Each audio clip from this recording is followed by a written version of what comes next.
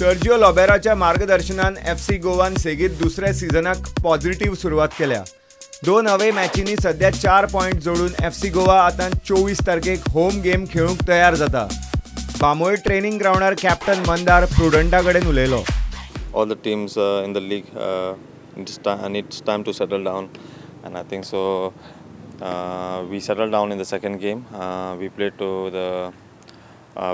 to our strength, and as per the coach gave us all the information and whatever things we did not do in the first game. We tried to improve from the first game, and then we improved in the second game, and then we got the results. Okay. What do you make of your personal performance so far? I had to change my positions 2 times because I played as a left wing in the first game and as a left full back in the second game. I think so. As per me, I will try to improve my performance every game and help the team to win matches and do well in the games. Everyone is trying their best, and it's really important for everyone to fight for the place. It's no matter if the foreigner plays or if Indian plays. I think so.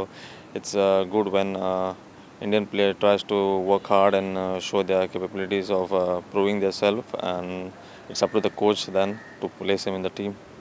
It's a long break, I think, and we are playing 3 games in 9 days. It's really difficult for the team. As a team, it's very difficult, I think.